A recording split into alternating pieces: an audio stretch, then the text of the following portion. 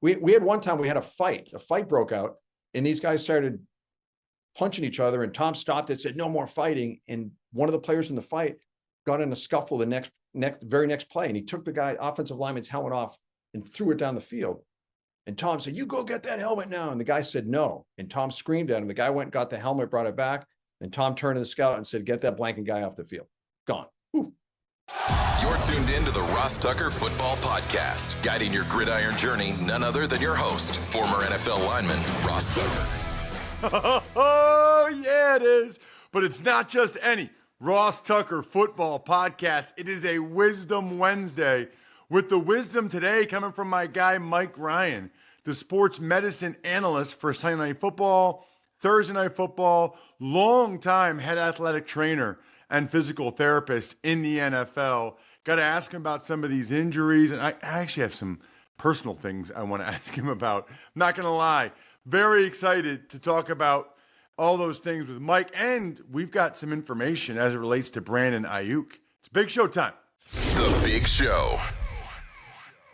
Always love getting on guys that can make me smarter, as well as people that listen to the show and or watch the show, which is great. I'm talking about Mike Ryan, who I don't even know how many of you guys even know this. I know this. He's currently the sports medicine analyst, and he works the sidelines for Sunday Night Football on NBC Sports and Thursday Night Football on Amazon Prime. So when I do a Thursday night game or Sunday night game, Mike, I always see you.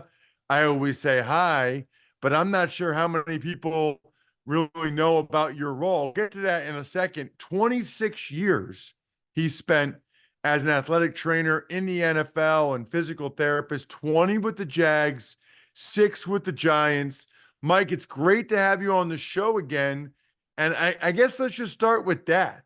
How many people do you think even know what it is that you do, or that you have this job? Or, I mean, obviously your friends and family do, but Sure. Do you think that fans or people listening even know about your role? Well, you know, Ross is playing 7 years in the NFL. You know, the athletic trainers, we kind of take a little bit of a back seat. We kind of work behind the scenes, so to speak, but it's a great role. I love it. I have great staffs to work with, the sideline with 2 great reporters, Melissa Stark with Sunday night and Kaylee Hartung for the Thursday night games. And it's a really kind of a fun niche role that really no one else is doing, but it allows me to kind of help the broadcast team in being accurate with the medical information and kind of deciphering all that confusing medical jargon and kind of making it simple for the viewers to understand football, injuries, rehab, and everything in between. So let's talk about that, because you're not, correct me if I'm wrong, Mike, you're never on camera, right? No, but I'm always there if there's a big medical injury that needs a deeper dive, you know, a Damar Hamlin kind of thing, or something that we kind of, the viewers or the broadcast staff, the producers say, hey, we want to get more input that's a little bit deeper with more insight for those medical emergency kind of things. That's when I would jump on per se. But a majority of my role is to kind of keep the sideline reporters and the smart guys up in the booth updated with accurate medical information. Yeah. So how do you do that? Like, I always see you and you're hustling on the sideline, but go through how it typically works. You see something and then you tell the producer and they relay. Go through what it's like. Well, much like you guys as the players, there's a lot that goes on before you get on the field. So during the week, I'm putting together medical information and injury reports on both teams, updated injuries, past medical injuries. So we go into the game with a clear understanding of who's dealing with what. And as you see me in the pregame, I'm out there kind of watching who's warming up, what injury, just so we have that information. So as the game plays out and there is a medical information needed, so to speak, I would talk to Melissa or Kaylee or the guys upstairs, our producers, and just kind of say, hey, look at that thing they're putting on the leg. That's a vacuum splint, or they're stabilizing his right knee. This guy's had an injury. That's the same knee he missed 3 games with last year because of an MCL sprain. So I kind of give the backstory on a lot of the injuries that are taking place and the medical procedures. What typically happens? What's a typical format? Because again, I did it for 26 years, and being the guy out in the field and evaluating the injuries, getting the sideline, assessing them. So I kind of give a little bit of the play-by-play, what the teams are doing, what the medical staff's there, what the players going through. But obviously the thing I really stay away from, which I think is really important, is I don't speculate. I'm not going to say, oh, I think that's an MCL sprain, or, you know, I think at that point you get into a little bit of that gray area that I think I don't want to play doctor on the air. We kind of focus on what we see, what we observe, what's going on, and the objective things that we know for sure. And obviously, we're getting information from the team itself as those injuries play out. That kind of helps us give an update of what they're thinking as well. So, what is this time of year like for athletic trainers? Is this I mean, I know it's changed a lot, Mike, from when you and I were doing it. Sure. But gosh, back then, Mike, I'm just thinking about what our hours were like. And you guys are there before we are, and you guys are there after we are. So training camp, I don't know what it's like for the guys now, but back then, that used to be like 5 a.m. to 10 5 p.m. a.m. for you to guys? midnight, because curfew was at 11. The guys would be running out the door after night treatments about 10:45 to get back to the dorm or the hotel. And that's the point you get caught up in your paperwork. So I would typically be there by 5:30 and leave around midnight, sometimes 1 o'clock. So it's a little different now. They spread it out, that they're a lot safer, because even in Jacksonville Heat, we would have practice with full pads with Coach Coughlin at 9 a.m. and 3 p.m. 5 to 6 days a week. So that was a grind. A little different now, but to kind of answer your question is, what's it like for the athletic trainers? Is this is a time you really get a great handle on the injuries, because Ross, this is a time of year you really know who really wants to play. And in the off season, there's a lot of injuries. There's a lot of surgeries you have to rehab. There's a lot of junk and things that happened in the previous season. So you're using that off season to get guys ready to get them into training camp. But then you get a big decision about, do you activate them for training camp? Because once you do, you're committed to the player being on the roster, or at least having an opportunity to make the team. But if that player coming off, let's say, an ACL injury from the previous year, and you're rehabbing them the whole offseason, they're not quite ready, you have the opportunity to put them on PUP, physically unable to perform list. So they would be practicing off the site. They don't do a single team rep with the team. So it gives you more time to work with them in a more aggressive setting to get them ready for the regular season. So there's a lot of assessments, I think is a good way to say that, Ross, is you're assessing old injuries, you're assessing the new injuries that come up. Do you want to get this guy ready for some preseason games to see how he performs in a preseason game, or is he good enough to get him to the regular season and trust he'll make the team in the regular season? So there's a lot of crystal ball assessing, rehabbing, talking with coaches to determine, is this guy ready to play? Is he ready to practice? Is he ready for contact? There's a lot of questions that have to be answered, and training camp is a great time for the athletic trainers and the medical staffs to get those answers. You mentioned the Coughlin. So, man, were you there right at the start of Coughlin, like 96? Oh, yeah. I got there. I got here in 94. So I was with him even when we were building the stadium and building the team. And Tom was great. And I worked with Bill Parcells when I was with the New York Giants. So I was kind of used to that tough love, and that, you're not going to get a lot of attaboys and pats in the back. Just get your damn job done and stay in your lane, so to speak. I played in Washington with some guys that had been on that Jags team, or I've been around guys that were on the what's that? You heard some stories? They talk about it like it was Vietnam. It was unbelievable. I'm not going to argue with you. What was it like? Tell me. It was tough and it was intense, but I love Tom because his rules on day one were the same rules at the end of the year. So whether you were the last guy in the roster or you were the starting quarterback, everybody followed the same rules. So it was much more consistent, and it was tough. And what it did, Ross, is training camp's a great camaraderie time, and you get some of the best practical jokes and a lot of fun and a lot of things go on that. But it kind of became all the players kind of versus the coaches, so to speak. And I don't mean that in a negative way, but it was kind of like us versus them kind of mentality. So it kind of created a lot of great bonding with the players, because they know they weren't going to get a lot of love from the head coach, because he was going to play hard. But you always knew Tom's focus is on winning. So you can never argue with it. He outworked everybody in there.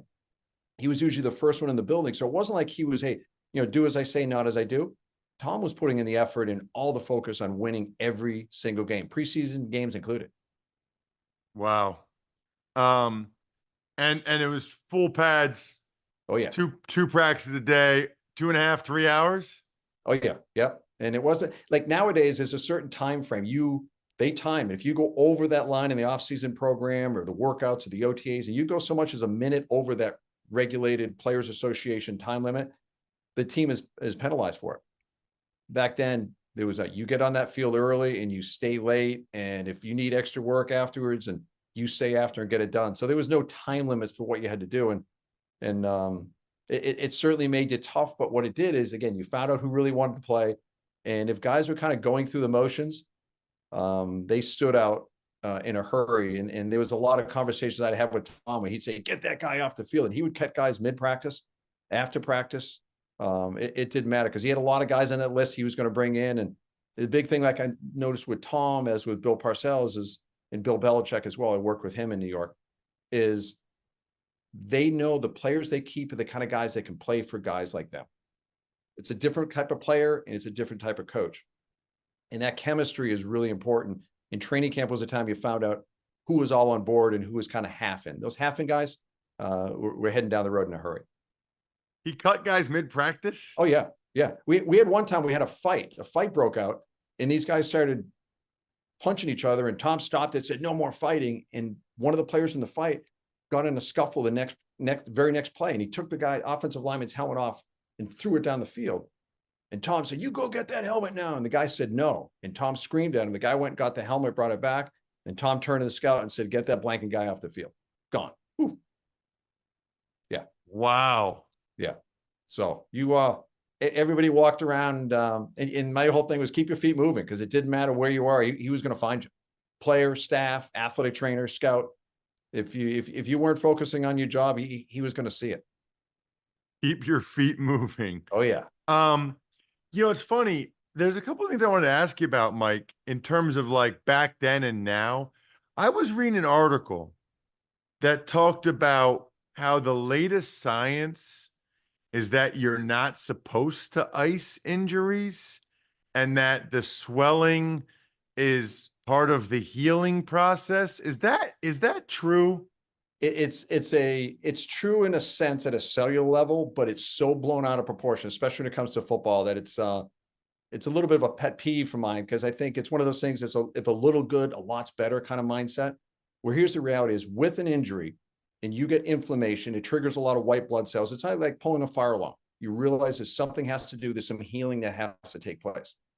So with no inflammation, you don't get the signals of your bodies and your hormonal, let's heal things. But the reality is, in football, when you're hitting as much as you are, the likelihood that you put an ice on a swollen ankle and there is zero inflammation is zero. So the reality is, inflammation always going to be there. And inflammation is kind of our arch enemy, from trauma to cancer to arthritis. So the reality is, with football and contact and the collision and the chronic injuries, you need ice. Like I always say, ice is your best friend. You need ice to control inflammation. It's a safer way to control pain. So icing is a really important part. Cold tubs. I have one on my back patio I use every day. The players live in the cold tubs. So you're always battling that inflammation. So to say that, yeah, you won't have any inflammation and it won't heal is a big exaggeration when it comes to contact sports like football. Okay. So I have a question, because I read the article and I went in the cold tub every day my entire career. Correct. And when I read the article, I was like, oh my gosh, did I just do the wrong thing every day for 7 years? No. Was it having the exact opposite effect of what I was trying to do, which was recover better for the next day? Please tell me, Mike, I did not waste. I did not sit in. What's the cold tub usually, like 38 degrees? I don't know. Usually it's about 48 to 52 degrees. That's on average what you have. Okay, but please tell me, people don't realize how cold that is. That is it's cold. Oh, it's colder than anything nobody, you would drink. Nobody listening has ever been in a pool under 65 degrees. So tell me what. So I was not, for 20 minutes every day, up to my belly button or higher. Yeah, I was not doing the wrong thing. You were not doing the wrong thing. I guarantee it. You were doing the right thing. You're controlling inflammation. It probably kept you from having to take in a lot of anti-inflammatories and pain medicine to control your pain. So it's a safer alternative. You did yourself a good job, because again, big guy pushing on other big guys for living on the fields on that remember the old AstroTurf, how bad that stuff was? Oh yeah. So no, you did yourself a positive thing by getting in that cold tank. It wasn't easy. It never is, but well done. And you still do it now, Mike? Oh yeah. Yeah. I get into it up my neck almost every single morning. Yeah. For how long? Usually 3 to 6 minutes. That's it. Yeah. just And to then kind I of may do shock some your body? contrasts like warm, cold, depending on, like I just had a big race 2 weeks ago. And after that, I came home and got straight cold. And then the next 2 days, I'd go warm, cold. I have a hot tub right next to it. And that contrast where you're controlling the blood vessels and then open them in the hot tub is a great way to get rid of, flush a lot of that crap out of the muscles and waste products and things that tend to make you sore 2 and 3 days later. The use of the ice and the contrast back and forth is a great way to get rid of that. Okay, so then in the article I read, what were they talking about? When are you not supposed to ice? Like, I have daughters now. Like, I said to my wife, I'm like, I don't know if we're supposed to ice. Like, Yeah. when are you not supposed to ice? When are you supposed to ice? I think a good way to look at it is if, like, let's say you have a fracture, and it's something really bad that you got to start that process. Because one thing, like another way of looking at that is a lot of times with early injuries, with a soft tissue injury, like you pull a hamstring, you wouldn't take Advil right after that because that is an anti-inflammatory. So you control the swelling and the bleeding with the ice. Because what's the ice going to do? It's going to make the blood vessels smaller, and it's going to slow the blood down, and it's going to allow that clotting, that bleeding to stop. Because if not, if you injure it and you break the blood vessels, you rip the muscles, you're bleeding into it. It's like a leaky faucet. What's the last thing you want to do with a leaky faucet? Turn it on, which is what you're doing when you're putting heat on it. You're opening up the blood vessels and the bleeding starts more aggressively. So icing it initially closes that, gets that down, but then the anti-inflammatories still help that bone to start to heal. So if it's long and if it's chronic kind of thing, that might be the thing you want to stay away from the ice. But if it's an acute, meaning it just happened, you got bleeding, you have trauma to the body, you took a big hit, that's the most important time to ice it, because that's when you want to stop the bleeding, stop the swelling, get that all under control, because all that blood that goes into a wound has to be pulled out as well. So the less in the wound, the bleeding process, the quicker that healing starts. All right, so then I tore my right MCL twice, and my right knee bothers me sometimes, and I have like patella tendonitis. So if I do like an hour cardio, or like if I squat and lift legs a little bit, I typically after the workout ice my knee. Is that the wrong thing because it's chronic, or is it the right thing because it's acute after the activity? A great rule I use is if the injury or the body part is swollen, red, or warm, that's a sign that you're getting extra inflammation in there and you're creating more trauma. If it's warm, red, or swollen or swelling up, that's when you want to put heat on it. And I would say probably when you get done with that, you're going to feel like either that MCL or around that kneecap, it's going to be one of those three. Am I starting to get a little puffy, things like that? Yeah. So that's when ice is going to be your friend. That's when you want to use it. And then a really important thing with that, Ross, is with that MCL. If you look at that leg, you've had 2 MCL sprains. If you stand in front of the mirror with your short shorts on and you look at that leg, that right leg should have a bigger quad than the other side. If you look at it, and that quad is smaller, especially at the lower inside part of the thigh, and that's kind of smaller compared to the other side, it says you've got to get that quad stronger. A strong quad with a chronic MCL is really, really important. So get on the leg extension, get the quad strong. That's really going to protect that old MCL. Interesting. Okay. I guess the one guy I wanted to ask you about, because it's such a unique situation. I mean, he's one of the Patriots' best players. Christian Barmore had a recent scare with the blood clots.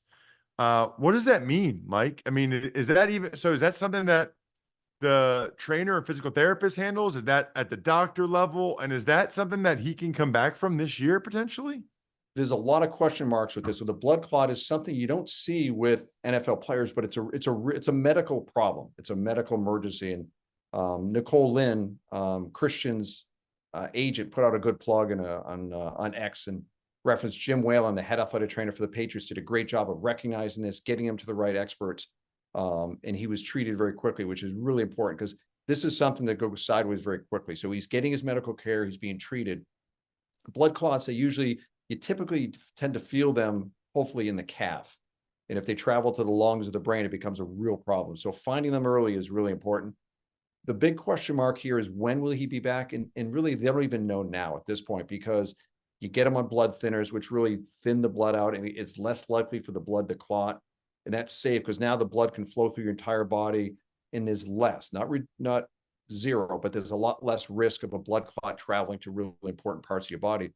But with the blood thinners, you're at a big trauma and a concern if you're having trauma and head injury. So playing on blood thinners for contact sports is not recommended. So they're going to be doing a lot of blood tests on him and looking at any kind of family history. There's some blood history things you can look at, markers, so to speak, that put you at a little bit of an extra risk. They'll be looking at things like that. So bottom line is, with Christian, there's a lot of question marks to be answered, a lot of questions to be asked and tests to be done before we know when we're going to see him back in the field. But first things first, the medical emergency was controlled early on, and that's a great thing, because that could be a real problem.